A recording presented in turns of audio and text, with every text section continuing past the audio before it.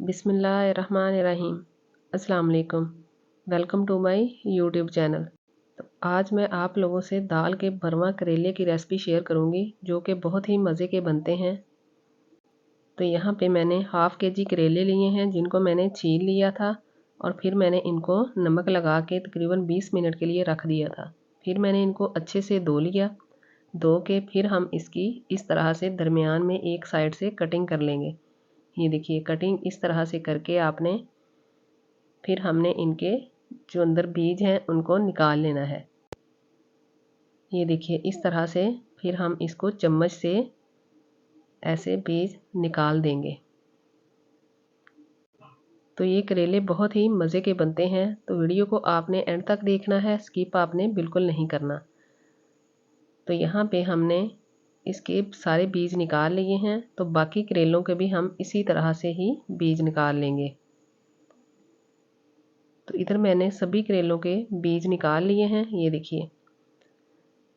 तो अब हम इनकी फिलिंग तैयार कर लेते हैं। तो यहाँ पे मैंने हाफ़ केजी दाल ली है जिसको मैंने तकरीबन 2 घंटे पहले भिगो के रख दिया था। तो ये देखिए बहुत ही अच्छे तरीके से ये दाल फूल चुकी है। इधर मैंने कढ़ाई ली है और इसमें मैंने जो दाल भिगो के रखी हुई थी वो हम इसमें डाल देंगे। जो बाउल के साथ लगी थी तो वो भी हम अच्छी तरह से साफ़ करके इसमें डाल देंगे।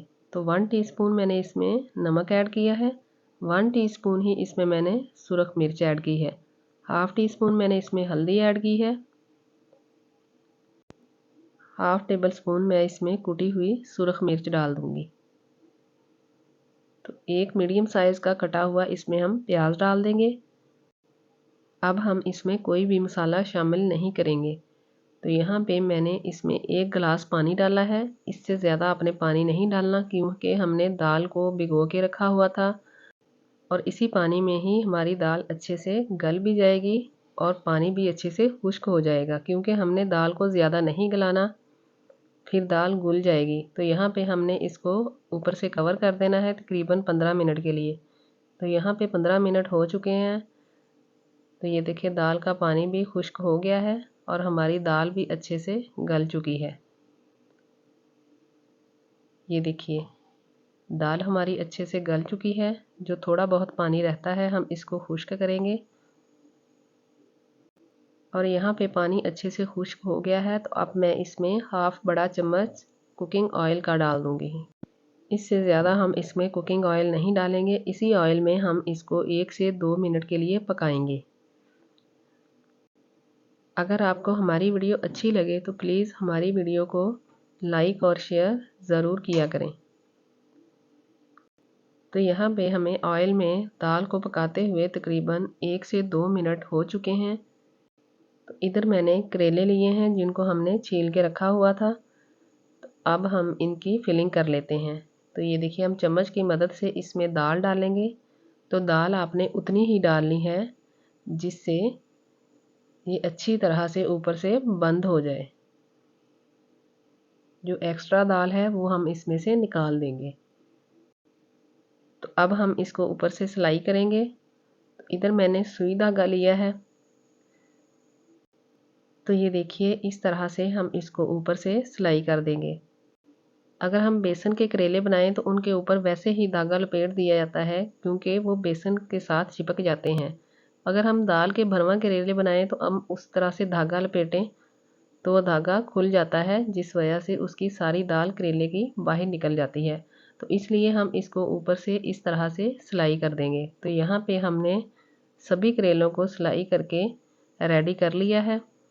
तो इधर हमने एक कढ़ाई ली है और उसमें मैं कुकिंग ऑयल लूँगी। इन करेलों को हम इस कुकिंग ऑयल में फ्राई करेंगे। तो यहाँ पे हमारा कुकिंग ऑयल गर्म हो चुका है। तो अब हम करेलों को एक एक करके इसमें डालते जाएंगे।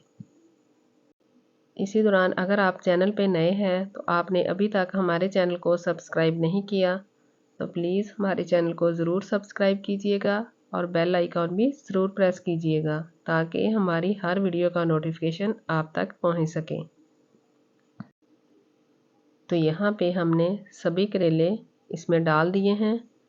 तो अब हम इनको लो टू मीडियम फ्लेम पर फ्राई करेंगे। आपने फ्लेम को हाई नहीं करना क्योंकि ये हाई फ्लेम पर ऊपर से फ्राई तो हो जाएंगे लेकिन अंदर से कच्चे रहेंगे, जो कि आपके करेले कड़वे बनेंगे। तो अगर आप इनको लो टू मीडियम फ्लेम पर फ्राई करेंगे तो ये बहुत ही अच्छे से फ्राई होंगे और इनकी कड़वाहट भी दूर हो जाएगी। तो इनकी हम वक्फे वक्फे से साइड चेंज करते रहेंगे ताकि हर तरफ से अच्छे से फ्राई हो जाएं। तो इनको हमने अच्छे से गोल्डन फ्राई करना है।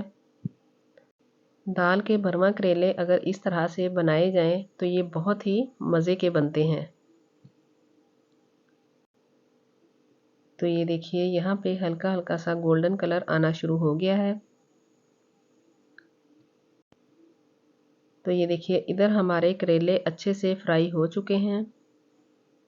इनको तकरीबन फ्राई करने में 20 से 25 मिनट लगे हैं। तो अब हम इन करेलों को निकाल लेंगे।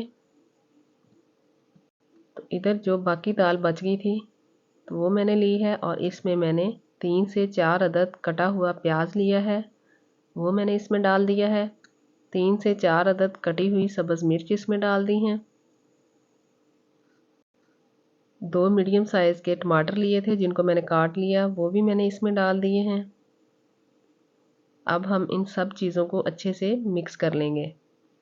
तो इसमें हम और कोई भी चीज़ ऐड नहीं करेंगे क्योंकि नमक मिर्च वही काफ़ी है। अगर आपको ज़्यादा स्पाइसी पसंद है तो आप इसमें सुरख मिर्च और भी डाल सकते हैं। तो यहाँ पे हमारा ये मसाला तैयार हो चुका है। तो जिस ऑयल में हमने करेले फ्राई किए थे उसी ऑयल में हम ये मसाला डाल देंगे। तो इस मसाले को हम 1 से 2 मिनट के लिए फ्राई करेंगे। तो ये देखिए इसको हम पहले चम्मच के साथ अच्छे से हिलाएंगे। तो आप भी इस रेसिपी को ज़रूर ट्राई कीजिएगा। तो कमेंट करके ज़रूर बताइएगा कि आपके ये दाल के करेले कैसे बने हैं। ये मसाले को हम इसलिए फ्राई कर रहे हैं ताकि जो सब्ज़ मिर्च प्याज टमाटर हमने इसमें डाले हैं वो इस ऑयल में अच्छे से फ्राई हो जाएं, थोड़े से नरम हो जाएं। तो यहाँ पे हमें इस दाल को फ्राई करते हुए तकरीबन 2 से 3 मिनट हो गए हैं। तो अब मैं इसमें 1 टीस्पून पिसा हुआ ज़ीरा डाल दूँगी। 1 टीस्पून ही इसमें मैं पिसा हुआ खुश्क धनिया डाल दूँगी और हाफ़ टी स्पून मैं इसमें पिसी हुई काली मिर्च डाल दूँगी। तो अब हम इन सब चीज़ों को चम्मच के साथ अच्छे से इसमें मिक्स करेंगे। तो ये देखिए इधर सभी मसाले अच्छे से मिक्स हो चुके हैं और हमारी दाल भी अच्छे से फ्राई हो गई है। तो अब हमने जो करेले फ्राई करके रखे हुए थे वो हम इसमें डाल देंगे।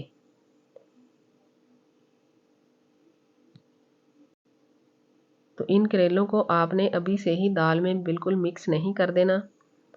इनको जस्ट हमने इसी तरह से ऊपर रखना है और फिर मैं इसके ऊपर हाफ़ टी स्पून हल्दी डाल दूँगी। इससे करेलों का कलर बहुत अच्छा हो जाएगा।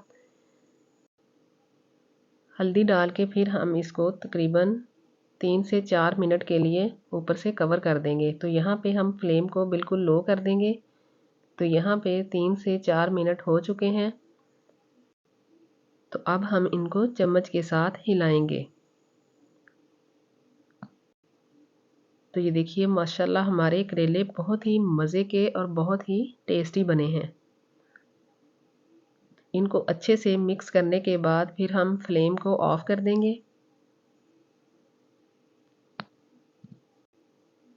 फ्लेम को ऑफ़ करने के बाद फिर हम इनको एक बाउल में निकाल के सर्व करेंगे।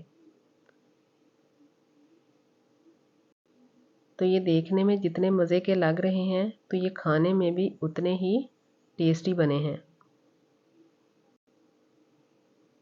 तो एक दफ़ा आप इस रेसिपी को ज़रूर ट्राई कीजिएगा क्योंकि जिस तरह से हमने करेले बनाए हैं ना तो ये कड़वे बने हैं, तो ये करेले हमारे बहुत ही मज़े के बने हैं। तो वीडियो को लाइक और शेयर करना आपने बिल्कुल नहीं भूलना और प्यारा सा एक कमेंट भी करना है। दुआओं में याद रखना। अल्लाह हाफिज़।